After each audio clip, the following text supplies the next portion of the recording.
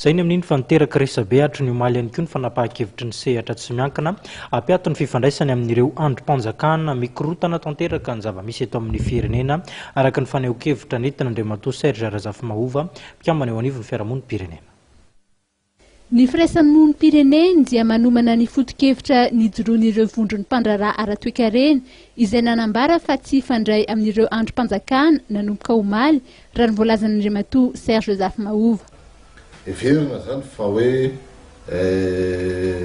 fanaovana an'izay dia fandraisana andraikitra zany hanafotana ny firenena satria hitantsika zany fa mikorotana tanteraka izy zao ary ny sakana rehetra tsy isina fitoniana zany ka ataony ataontsika hoe mpanao politika maro ankehitriny na mitondro io na ivelan'ny fanjakana io na anatin'ny fanjakana ka mila fandaminana mihitsy zany ahafahantsika zany makany amina fifidianana tony ao anatina fotoana fohy zany ilaina an'izay fandaminana izay.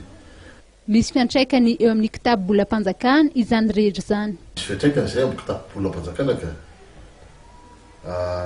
dikan'izay zany hoe mety anaolana amin'ny resaka karama ohatra ny fitondrana. Misy fiantraikany BDP zay.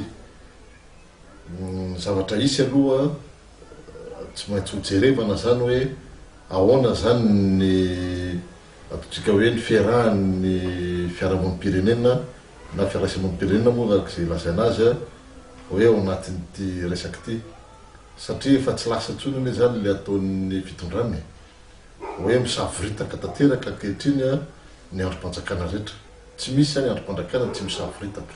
Nambarany tsy farany fa manana andraikitra lehibe amin'ny famahanany krizy ny Prime Ministre raha nanontaniana mikasika ny fivoriana na ny conclave izay tokony hisy androany teny Mahazoarivo ary ahempotra amin'ny alatsinainy ho avy izao eny amin'ny CCI Vato ny tenany.